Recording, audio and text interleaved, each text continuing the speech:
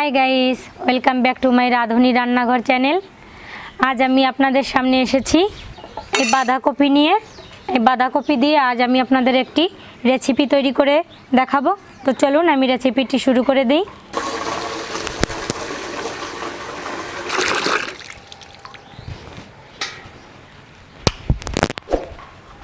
পাতাকপি ধোয়ার জন্য আমি জল নিয়েছি।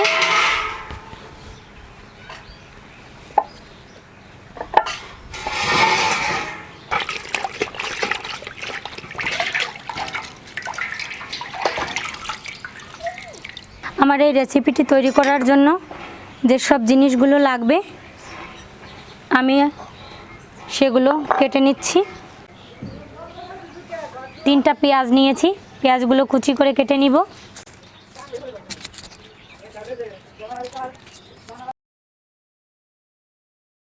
অনেকে এই বাঁধাকপি খেতে পছন্দ করে না, কিন্তু আজ আমি আপনাদের যেভাবে এই রেসিপিটি তৈরি করে দেখাবো শীতের দুপুরে খেতে অনেক টেস্টি হবে।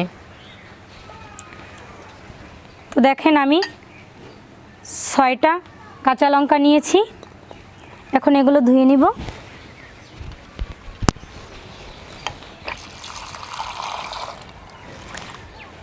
মরিচটা আপনাদের স্বাদ অনুযায়ী দিবেন।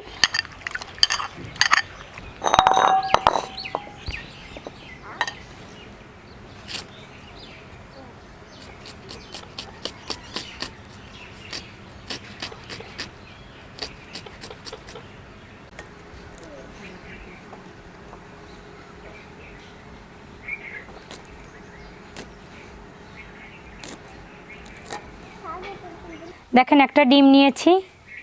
আমি যে পরিমাণ বাঁধাকপি দিয়ে এই রেসিপিটি তৈরি করব এর জন্য আমার একটা ডিমেই হয়ে যাবে। ধনেপাতাটা স্পেশাল, দিলেও হবে না দিলেও হবে, তো আমি দিব স্বাদের জন্য। একসঙ্গেই রেখে দিচ্ছি এক পাশে, কুচি করে নিচ্ছি। দেখেন সব কিছু কুচি করা হয়ে গেছে, এখন শুধু আছে বাঁধাকপিটি। এই বাঁধাকপিটি এখন কুচি করে নিব। করতেছ অনেক পাতাকপিগুলো খুব সুন্দর করে কুচি করতে হবে। আমি যদিও খুব ভালো করে কুচি করতে পারি না, তারপরও ট্রাই করছি। দেখেন ঠিক এমনভাবেই কুচি করতে হবে।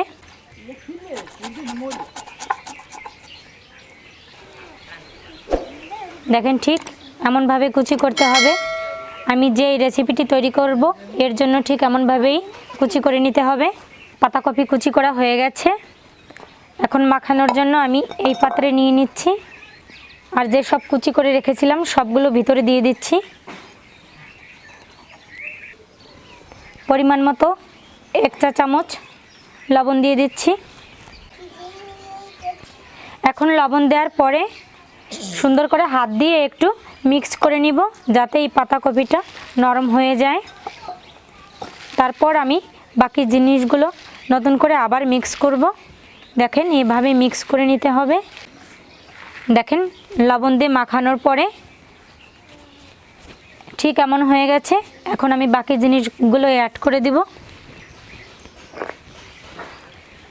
বেসন দিয়ে দিচ্ছি, আপনারা ইচ্ছা করলে ময়দা দিয়েও করতে পারেন। আমি বেসন দিচ্ছি। এখানে বাঁধাকপির পরিমাণ অনুযায়ী বেসন দিয়ে দিচ্ছি। হলুদ দিয়ে দিচ্ছি 1 চা চামচ। ডিমটা দিয়ে দিচ্ছি।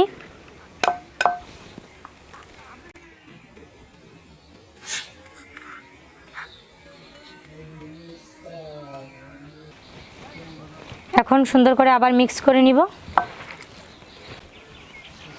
দেখেন মাখানো হয়ে গেছে। এখন চলে যাব চুলায়। আমি প্যানে তেল বসিয়ে দিয়েছি, গরম হয়ে গিয়েছে। এখন দিয়ে দিচ্ছি ভিতরে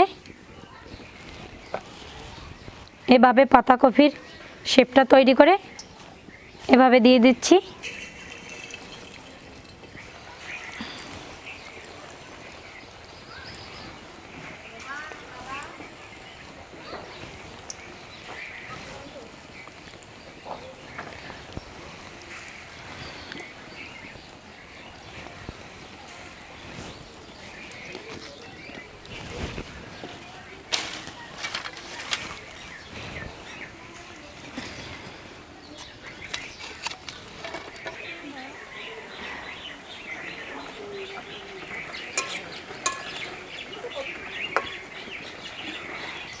এখন আমি আর এক পিঠ উল্টিয়ে দিচ্ছি। যখন হালকা লালচে লালচে কালার চলে আসবে তখন বুঝে নিতে হবে যে পাতাকপির এই পকোড়াগুলো ভাজা হয়ে গেছে, বুঝে নিতে হবে।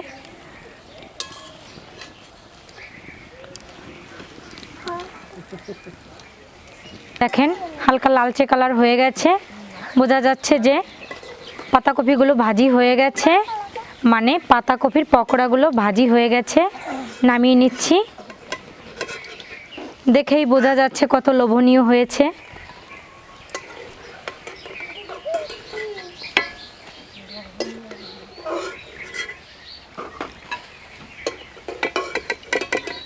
দেখেন ফুলে কেমন হয়েছে। এখন বাকিগুলো ভেজে নিব। দেখেন আমি কত অল্প সময়ের ভিতরে বাঁধাকপির একটি লোভনীয় রেসিপি তৈরি করে দেখালাম। অনেক সময় আমরা এক ধরনের রান্না খেতে খেতে ভালো লাগে না, তাই বিকেলের নাস্তায় কিংবা দুপুরে এভাবে বাঁধাকপির পকোড়া তৈরি করে খেলে খুবই ভালো লাগবে। দেখেন আমি আপনাদের ভিতরটা ভেঙে দেখাচ্ছি কেমন হয়েছে। দেখেন আমি একটাই ভেঙে দেখাচ্ছি ভিতরটা কেমন হয়েছে।